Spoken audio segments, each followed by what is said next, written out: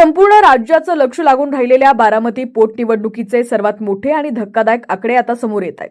महायुतीच्या उमेदवार सुनेत्रा पवार यांनी या निवडणुकीत मोठी आघाडी घेतलेली असून त्यांनी आपल्या प्रतिस्पर्ध्यांना अक्षरशः धोबी पछाड दिलाय। पण या निकालात सर्वात जास्त चर्चा रंगतीये ती म्हणजे हाय प्रोफाईल अपक्ष उमेदवारांची। अभिजित बिचुकले आणि करुणा मुंडे यांच्या पदरात किती दान पडलंय आणि मतदारांनी नोटाला दिलेली पसंती किती आहे पाहूयात या विशेष रिपोर्टमध्ये। बारामती पोटनिवडणुकीचा निकाल आता स्पष्ट होताना दिसतोय। हाती आलेल्या ताज्या आकडेवारीनुसार सुनेत्रा पवार यांनी 26,773 मतांची दणदणीत आघाडी घेत विजयाकडे कूच केली आहे। सुरुवातीच्या फेरीपासूनच सुनेत्रा पवारांनी सातत्य राखले आणि विरोधकांचे सर्व किल्ले मोडीत काढलेत।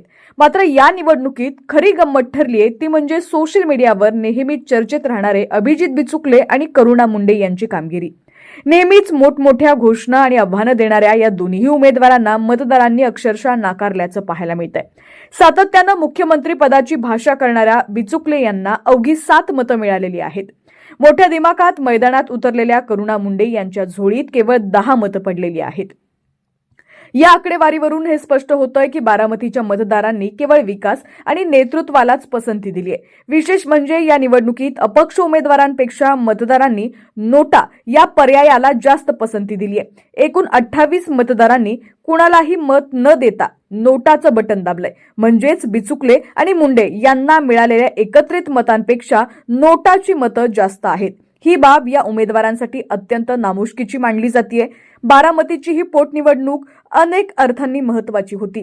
सुनेत्रा पवारांच्या या संभाव्य विजयाने महायुतीचं वर्चस्व पुन्हा एकदा सिद्ध केलंय। मात्र लोकशाहीमध्ये केवळ चर्चेत राहून मतं मिळत नाहीत तर जमिनीवर काम करावं लागतं हेच बिचुकले आणि करुणा मुंडे यांच्या निकालावरून स्पष्ट झालंय। सोशल मीडियावरील प्रसिद्धी ही मतांमध्ये रूपांतरित होईलच असं नाहीये, हे पुन्हा एकदा अधोरेखित झालंय।